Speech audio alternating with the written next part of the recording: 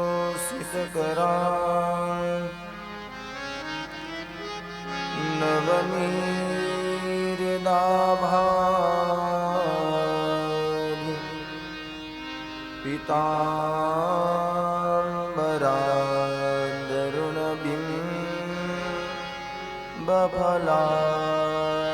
पीताम्बरादरुणबिम्बफलाधरोष्ठा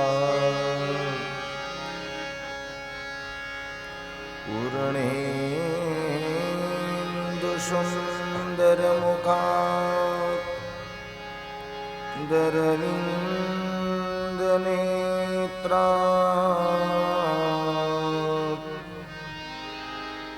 कृष्णात् परं किमपि त्वमहं न जाने।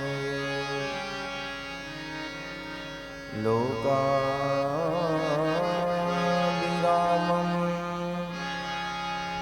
रणरङ्गधीरं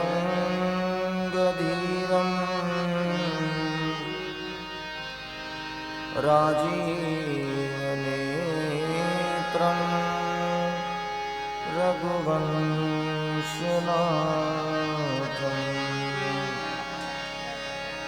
कारुण्यरूपं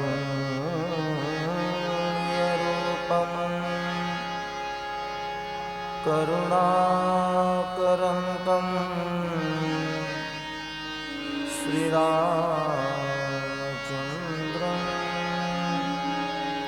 शरणं प्रपद्ये। मनोजवं मारुततुल्यवेगं जितेन्द्रियं बुद्धिमतां वरिष्ठं वातात्मजं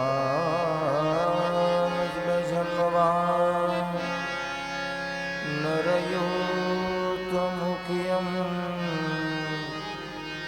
श्रीरामदूतं शरणं प्रपद्ये। नमोऽस्तु ते व्यासविशालबुद्धे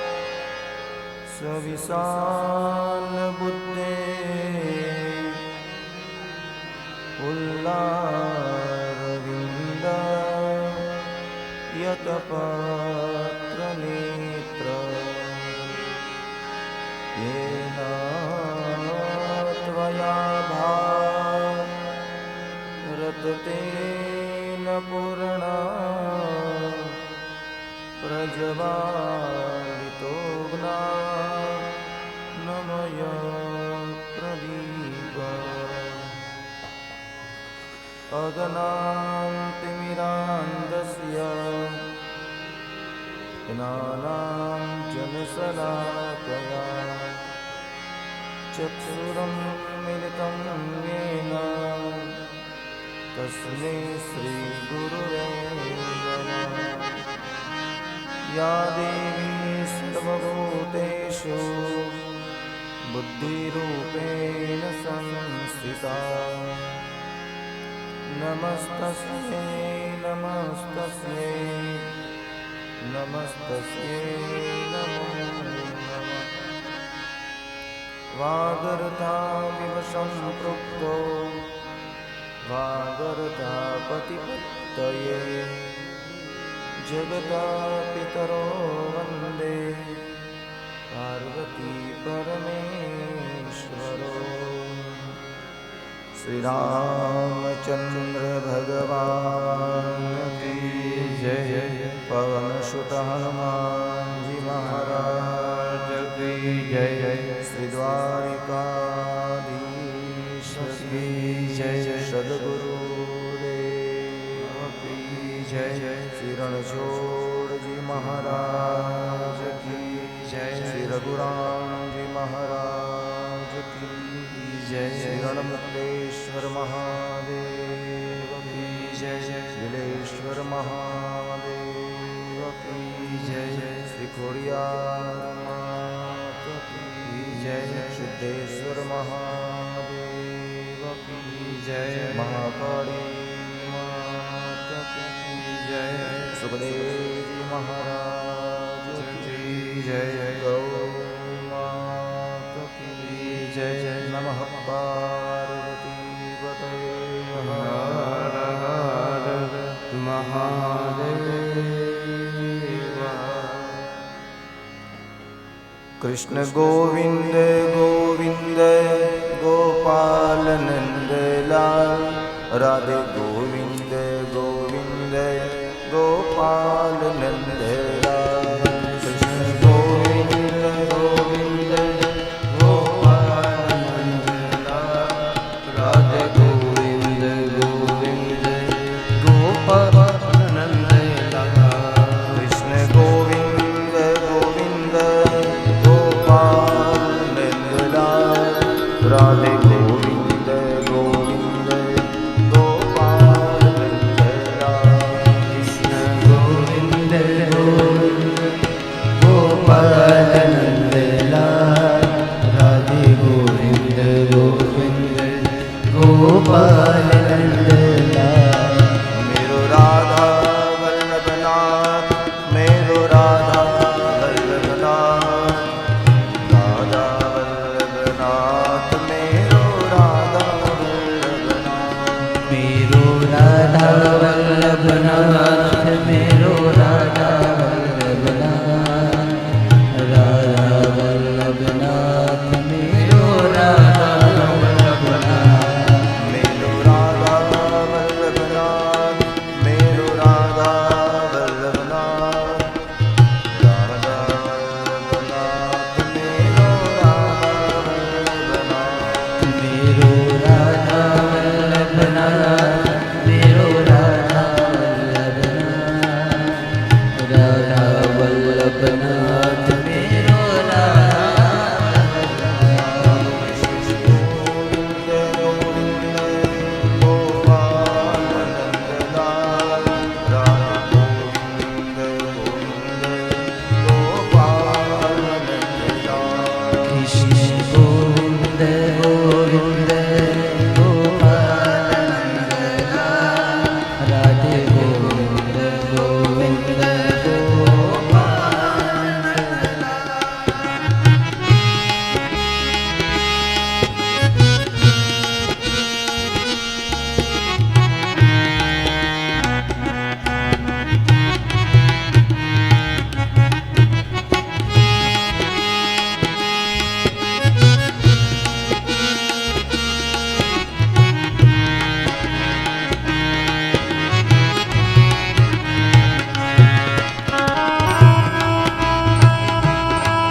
नंद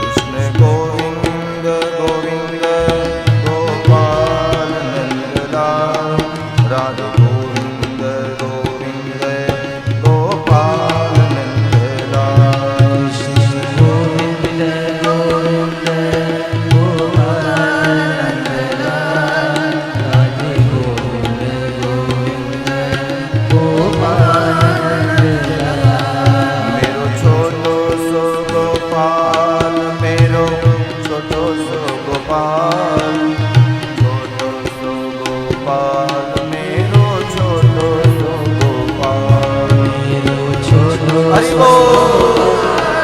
मेरो छोटो सो गोपाल छोटो सो गोपाल मेरो छोटो सो गोपाल। मेरो नंद जी को लाल मेरो नंद जी को लाल नंद जी को लाल मेरो नंद जी को लाल। मेरो नंद जी को लाल मेरो नंद जी को लाल नंद जी को लाल मेरो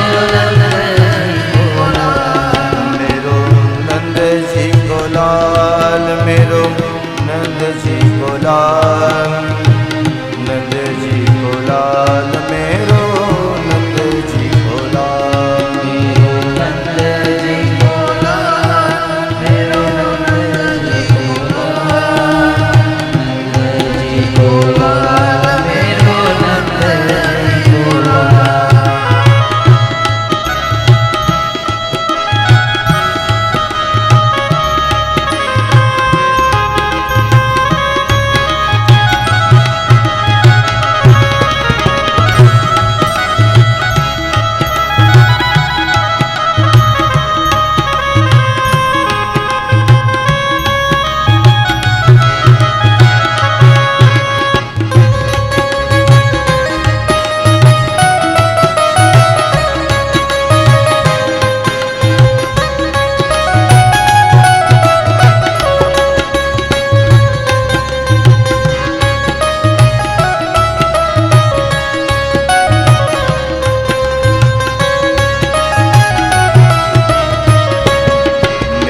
यशोदा को लाल, मेरो यशोदा को लाल, यशोदा को लाल, मेरो यशोदा को लाल। हरि बोल। मेरो यशोदा को लाल, यशोदा को लाल, मेरो यशोदा को लाल, मेरो यशोदा को लाल, मेरो यशोदा को लाल, यशोदा को लाल, मेरो यशोदा को लाल। मेरो यशोदा को लाल, यशोदा को लाल, मेरो यशोदा को लाल। कृष्ण गोविंद गोविंद गोपाल नंदलाल, राधे गोविंद गोविंद गोपाल नंदलाल, गोविंद गोविंद गोपाल नंदलाल, राधे गोविंद गोविंद गोपाल नंदलाल।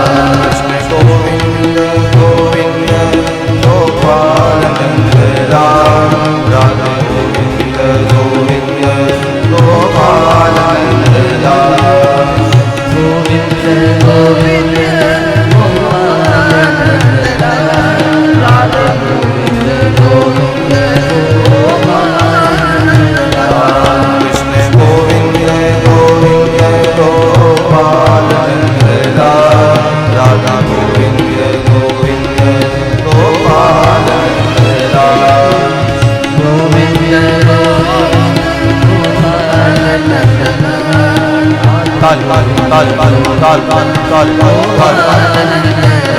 कृष्ण गोविंद गोविंद गोपाल नंदलाल, राधे गोविंद गोविंद गोपाल नंदलाल, काल काल काल काल काल।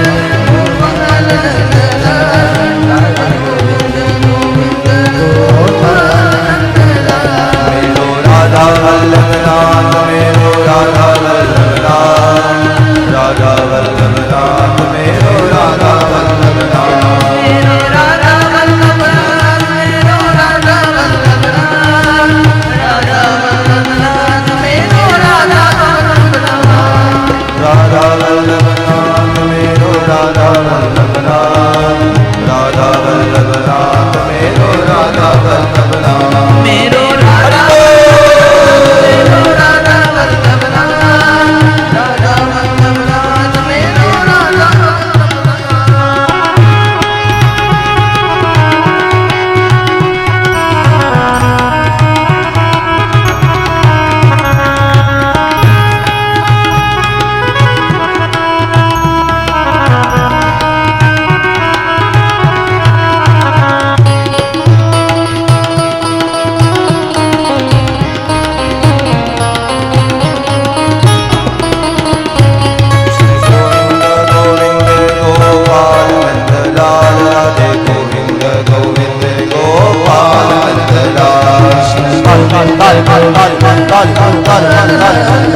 राधे गोविंद गोविंद गोपाल नंदलाल, गोपाल नंदलाल, गोपाल नंदलाल, गोविंद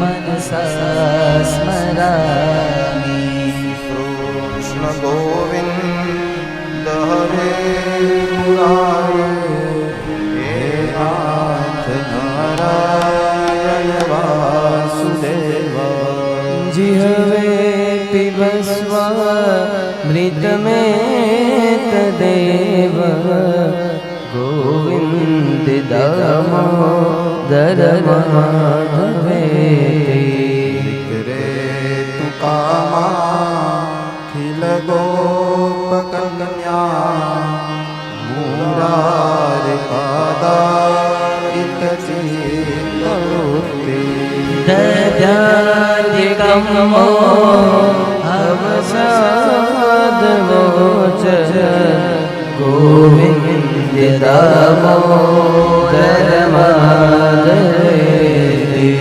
गृहे गृहे गोपवधू कदम्वा सर्वे मिलित्वा समवाप्य योगम् पुण्यानि नामानि पठन्ति नित्यं गोविन्द दामोदर माधवेति सुखं सयाना निलये निजेपि नामानि विष्णो प्रवदन्ति मर्त्या तेनिश्चितं तन्मयता व्रजन्ति गोविन्द दामोदर माधवेति जिह्वे सदेवं भज सुन्दराणि नामानि कृष्णस्य मनोहराणि समस्तभक्तानि विनाशनानि गोविन्द दामोदर माधवेति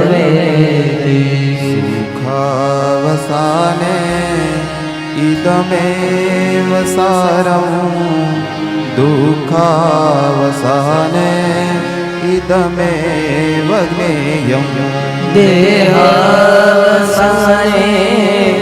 इदमेव जाप्यं गोविन्द दामोदर माधवेति श्रीकृष्ण राधा वर गोकुलेसा गोपाल गोवर्धननाथ विष्णु जिह्वे पिबस्व मृतमेव देव गोविन्द दामोदर माधवेति गोविन्द दामोदर माधवेति गोविन्द दामोदर माधवेति श्री बालकृष्णलाल की जय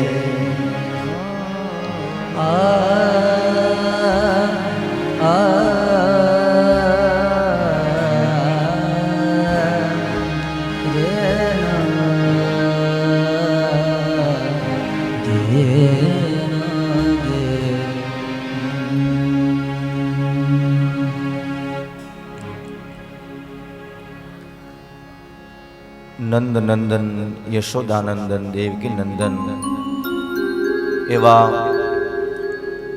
પરબ્રહ્મ પરમાત્માની પાવન કથામાં સુખદેવજી મહારાજ રાજા પરીક્ષિતને કથાનું રસપાન કરાવી રહ્યા છે. આ તરફ ભગવાન કૃષ્ણ, પાંચે પાંડવો, દ્રૌપદી એ બધા રાજધર્મ, મનુષ્યના ધર્મ, એ બધા જ દિવ્ય ચરિત્ર અને જ્ઞાન મેળવવા માટે કુરુક્ષેત્રના મેદાનમાં ભીષ્મ દાદા બાણની સૈયા ઉપર સૂતા છે.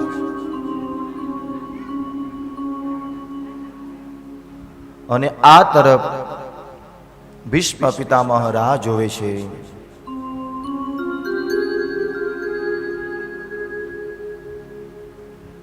ભગવાને કૃષ્ણએ એક વચન આપ્યું હતું કે જ્યારે તમારો અંત સમય હશે, તમારા શરીરમાંથી પ્રાણ જતા હશે, અને એ સમયે હું તમને દર્શન દેવા માટે આવીશ.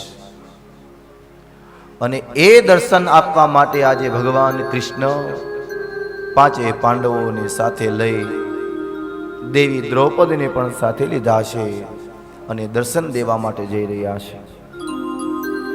આ તરફ ભીષ્મ પિતામહ વિચાર કરે છે કે આ યુદ્ધ તો મહાભારતનું સંપન્ન થઈ ગયું, પણ એક બાણ વાગે અને એની કેટલી પીડા થાય. આ તો ઘણા બધા બાણ છે અને બાણની સૈયા એટલે કે બાણની પથારી ઉપર ભીષ્મ પિતામહ સૂતા છે. સતત કૃષ્ણને અરજ કરે છે, કૃષ્ણને યાદ કરે છે કે ઝડપથી હવે દર્શન દેવા માટે આવે. એક વખતની એ વાત છે,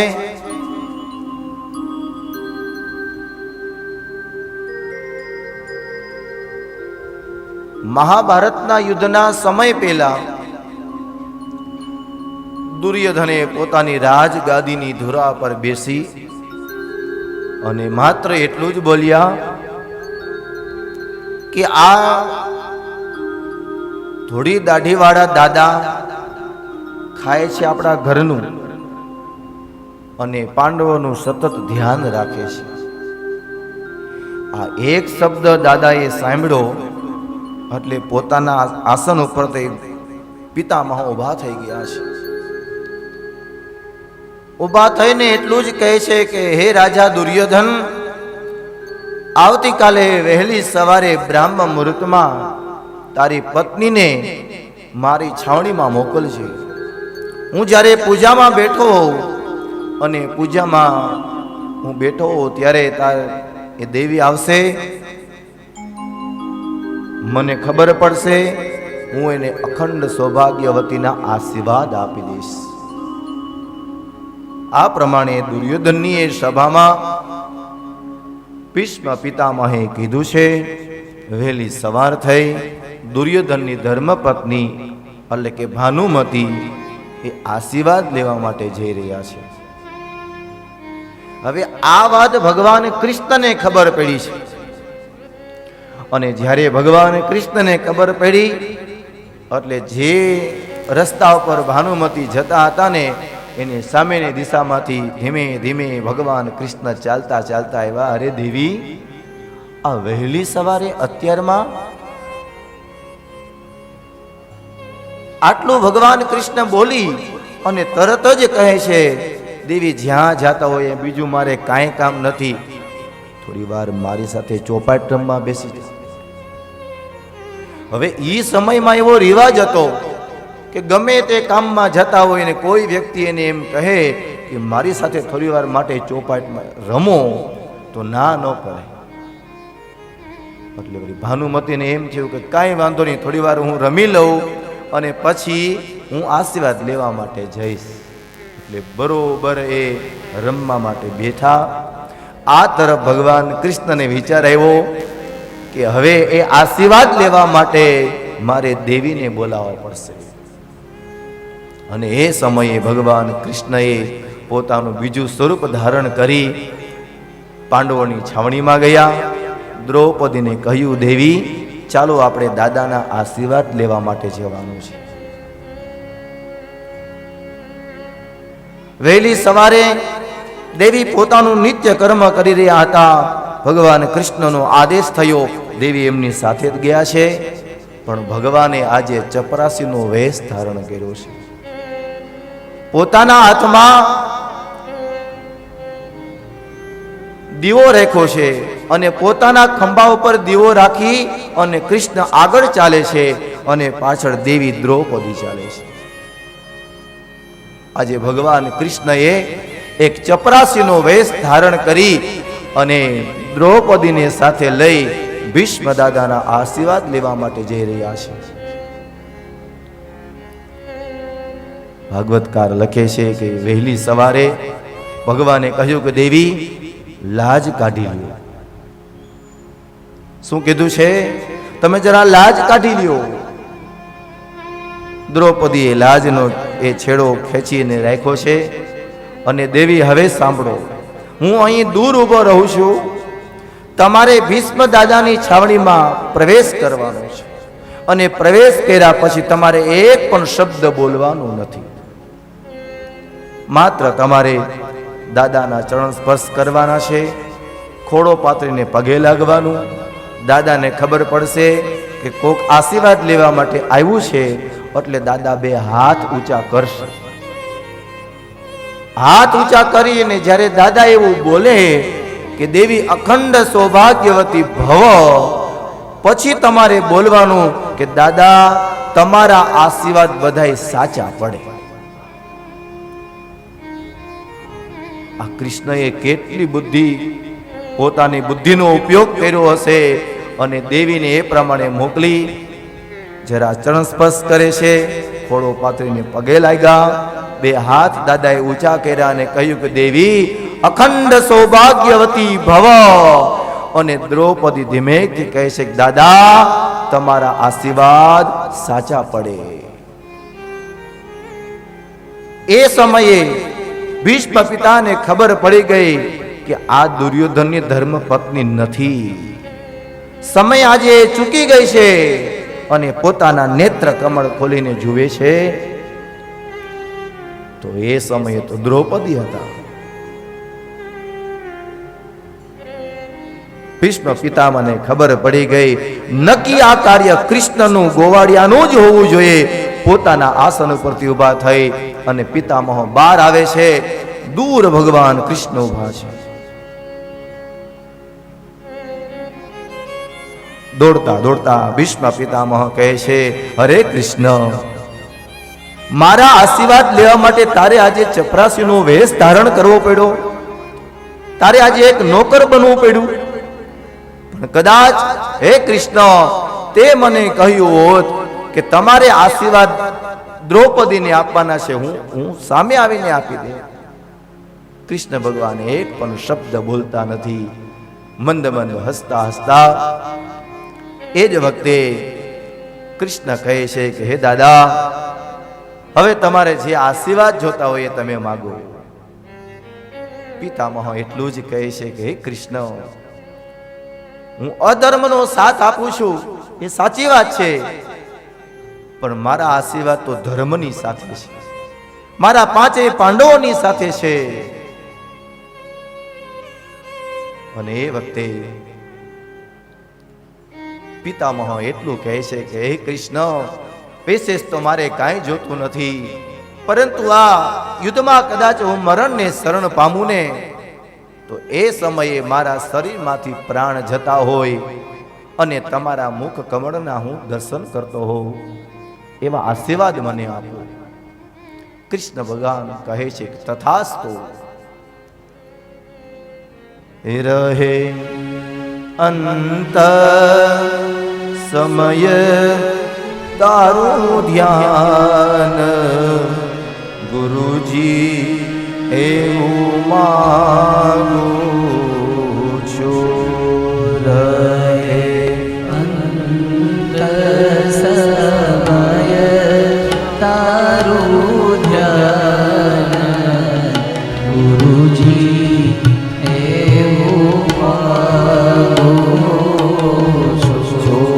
ભક્તિ કરતા છૂટે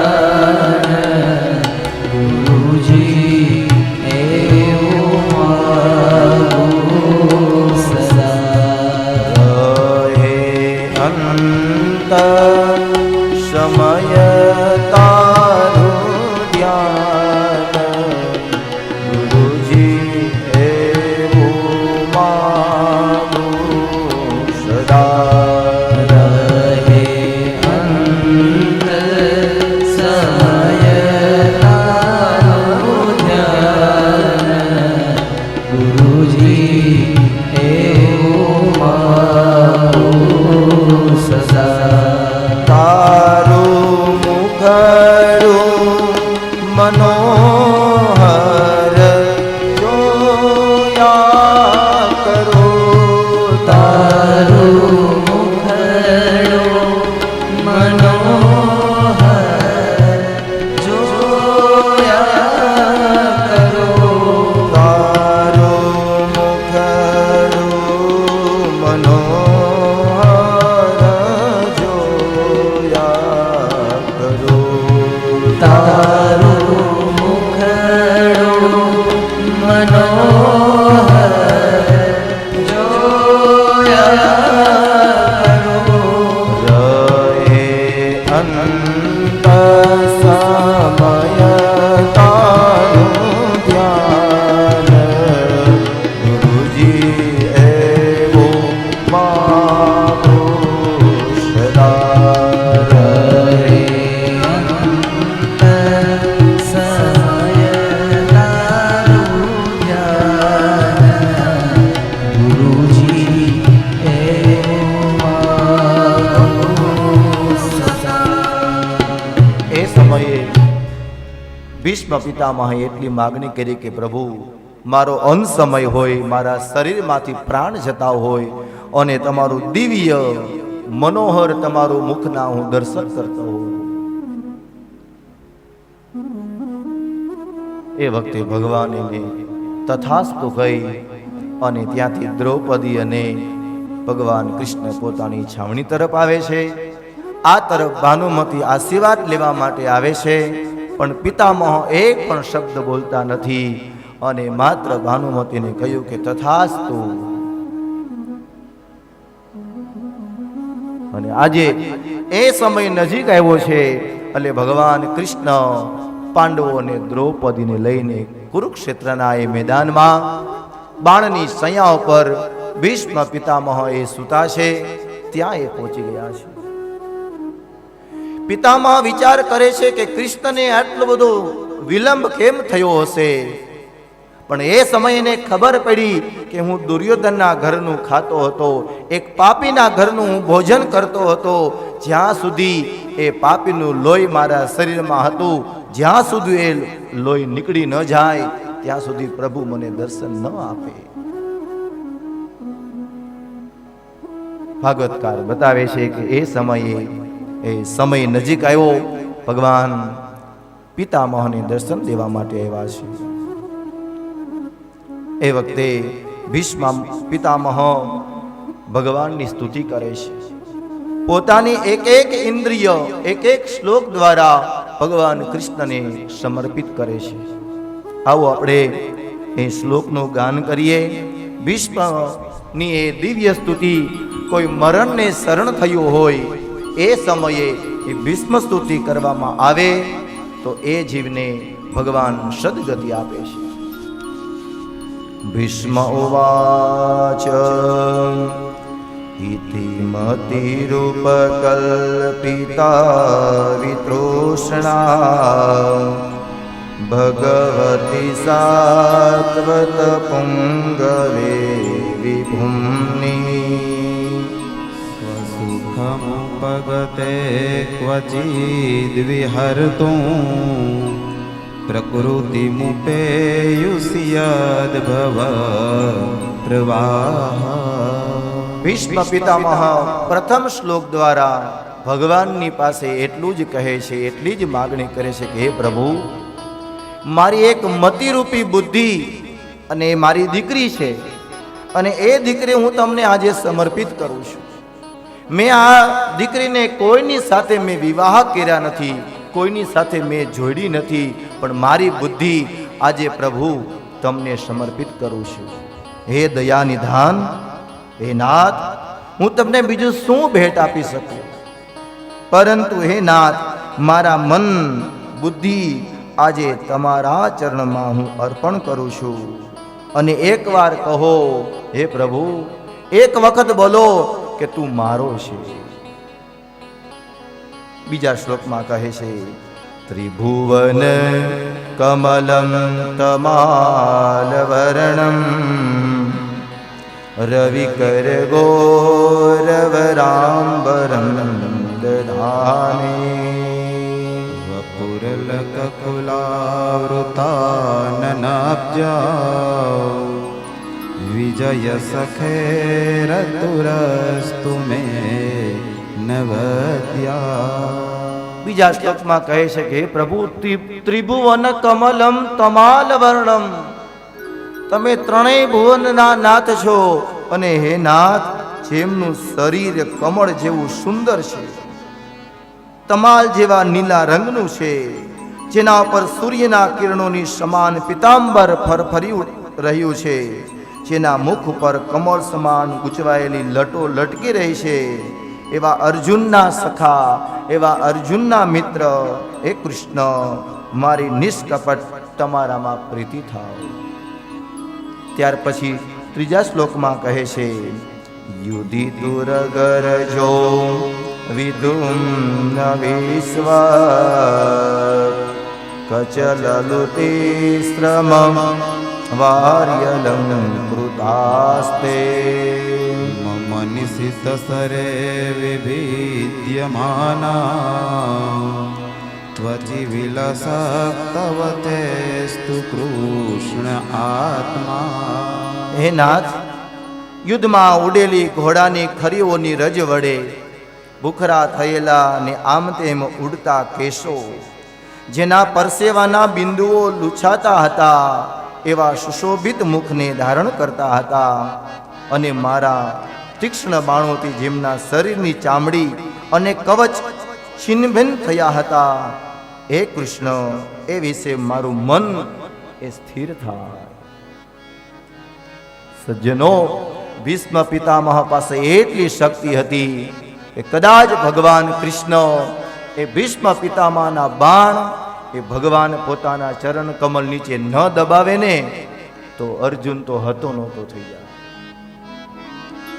કારણ કે એણે એક એવો સંકલ્પ કર્યો હતો કે આવતીકાલના યુદ્ધમાં કાં અર્જુન નહીં હોય અને કાં હું નહીં હોય. અને ભીષ્મ પિતામહે પોતાના ધનુષ્યમાંથી એક એ ધનુષ્યનામાંથી બાણ છૂટે છે, પણ એ સમયે એક એક બાણનો એવો પ્રવાહ આવે છે કે ભગવાન કૃષ્ણ પોતાના ચરણ કમળ નીચે દબાવી દે છે. મહાભારતમાં એક કથા બતાવી છે, દરરોજનો એક ક્રમ હતો કે ભગવાન કૃષ્ણ રથમાંથી પ્રથમ નીચે ઉતરે અને પછી એક હાથ લાંબો કરી અને અર્જુનને ટેકો આપી નીચે ઉતારે. પણ જ્યારે અંતિમ છેલ્લો દિવસ યુદ્ધનો હતો ત્યારે ભગવાન કૃષ્ણએ કહ્યું કે હે અર્જુન, રથમાંથી તમે નીચે ઉતરી જાઓ. અર્જુન મનમાં વિચાર કરે, દરરોજનો ક્રમ છે, મારું ધનુષ્ય ગાંડીવ પણ કૃષ્ણ લઈ લે, મને ટેકો આપે, મને નીચે ઉતારે, પરંતુ આજે કૃષ્ણ એમ કેમ કહે છે? પણ એને એક ભરોસો હતો, એક શ્રદ્ધા હતી, અને એને કારણે ભગવાન કૃષ્ણ અર્જુનને કહે છે, અર્જુન નીચે ઉતરા. કૃષ્ણ પુનઃ કહે છે, હે અર્જુન, જરા રથથી દૂર ચાલ્યા જાઓ. અને જ્યારે અર્જુન દૂર ચાલ્યા ગયા, ભગવાન કૃષ્ણએ રથમાંથી કૂદકો માર્યો, અને આમ રથમાંથી ભગવાને કૂદકો માર્યો તો આખો રથ ભડ ભડ ભડ ભડ બળવા લાગ્યો છે. અર્જુનને આજે એ અહેસાસ થયો, એને ખબર પડી કે આ એક એક બાણ હતા ભીષ્મ પિતામહના, એ કોઈ સામાન્ય બાણ ન હતા. પણ આગળ કૃષ્ણ એનું એ કવચ હતું, અને કવચને કારણે અર્જુનને જરા પણ એક માત્ર ને માત્ર એક બાણની અણી પણ એને સ્પર્શ ન થાય એવું એને કવચ ધારણ કરીને ભગવાન કૃષ્ણ એ આગળ ઊભા છે.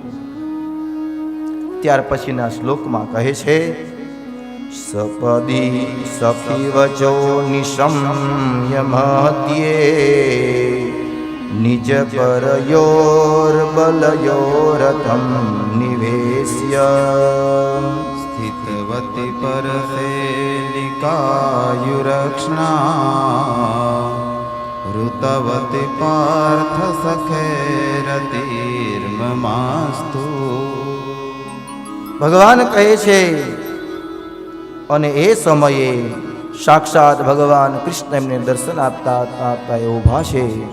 અર્જુન કહે, અરે હે પ્રભુ, દૂર ઉભેરી સેનાના મોકરે રહેલા અમને જોઈને અર્જુન દોષ બુદ્ધિથી સ્વજનોનો વધ કરતા અટક્યો હતો. ત્યારે જેમણે આત્મવિદ્યાનો ઉપદેશ કરી અર્જુનની કુમતિ દૂર કરી હતી, તે પુરુષોત્તમના ચરણમાં વારંવાર મારી પ્રીતિ થાવ. અને ત્યાર પછીના એ શ્લોકમાં વ્યવહિત પૂતના મુખમ નિરીક્ષ્ય સ્વજન વદાદિમુખસ્ય દોસ્ય ભૂત્યા કુમતિ મહરદાત્મવિદ્યયા ચરણરતિ પરમાસ્ય તસ્ય મેસ્તુ સ્વનિગમમ પહાયમત પ્રતિજ્ઞા મૃતમધિકર્તુમવાપ્લુતો રથસ્તા ધૃતધરણયોગયા ચલદ્ગુર હરિવહંતુ મે ભંગતોત્તરીયા. મનમાં ને મનમાં ભીષ્મ પિતામહ મંદ મંદ હસતા હસતા કહે છે કે હે કૃષ્ણ, મને એ તો કહો, મારો ભલે અંતિમ સમય છે, પણ તમે એવો સંકલ્પ કર્યો તો, તમે એવી પ્રતિજ્ઞા લીધી હતી કે આ મહાભારતના યુદ્ધમાં કોઈ દિવસ આ યુદ્ધ પૂર્ણ થાય ત્યાં સુધી મારા હાથમાં હું અસ્ત્ર અને શસ્ત્ર ધારણ નહીં કરું. તો હે પ્રભુ, મને આજે તો કહો કે તે દિવસે તમે રથનું પૈડું હાથમાં લઈ સુદર્શન ચક્રનું સંવિધાન કરી અને તમે મારા સન્મુખ દોડ્યા હતા, યાદ કરો. અરે હે પ્રભુ, તમે તમારા ભક્તની પ્રતિજ્ઞા તોડવા માટે, એની પ્રતિજ્ઞા તૂટે નહીં માટે તમે તમારી પ્રતિજ્ઞા તોડી નાખો છો.